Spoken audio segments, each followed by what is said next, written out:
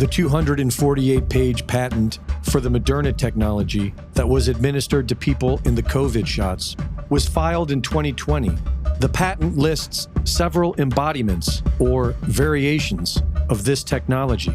And while we don't know who got what embodiment, we know that several different batch numbers were deployed, and some were far more deadlier than others. According to the Moderna patent, this technology contains self-assembled nanoparticles, and in certain variations, these nanoparticles can be used for the controlled release of compounds once they are in the human body.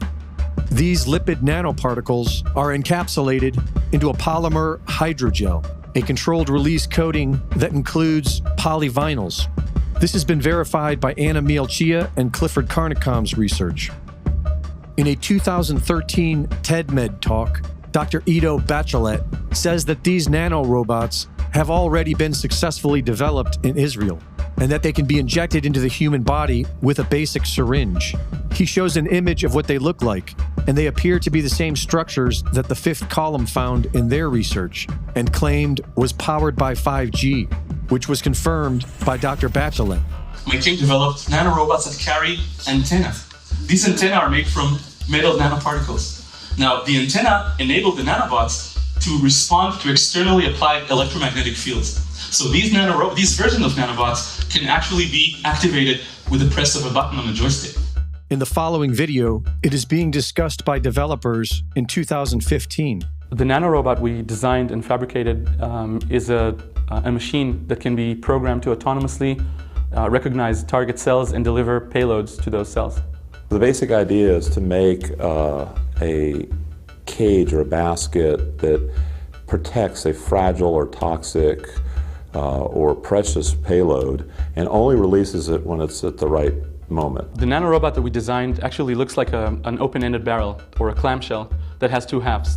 So the two halves of this open-ended barrel or a clamshell are linked together by flexible DNA hinges, and the entire structure is held shut by latches or locks that are actually DNA double helices. The way it works is that in the absence of the key, which is a molecular protein, the duplexes are held sufficiently strong to maintain the entire structure closed.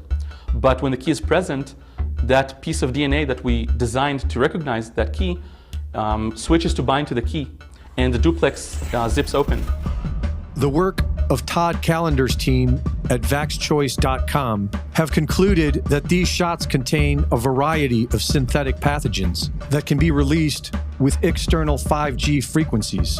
The Moderna patent describes these nanoparticle mimics, which mimic the delivery of a variety of pathogens, and lists over 100 of them within the patent.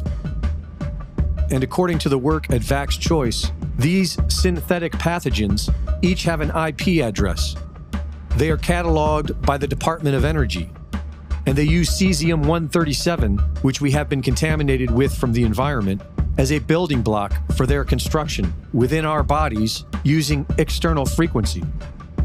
And their research shows that the Microsoft patent filed in 2020, 060606, cryptocurrency system using body activity data, is now in effect, and that this technology is turning the human body into an antenna, which can output energy, meaning that humans are being turned into batteries to fuel the digital AI prison that is being built around us. And if you choose not to comply, the technology includes a built-in kill switch.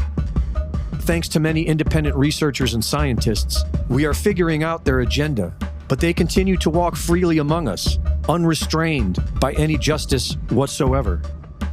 Reporting for InfoWars, this is Greg Reese.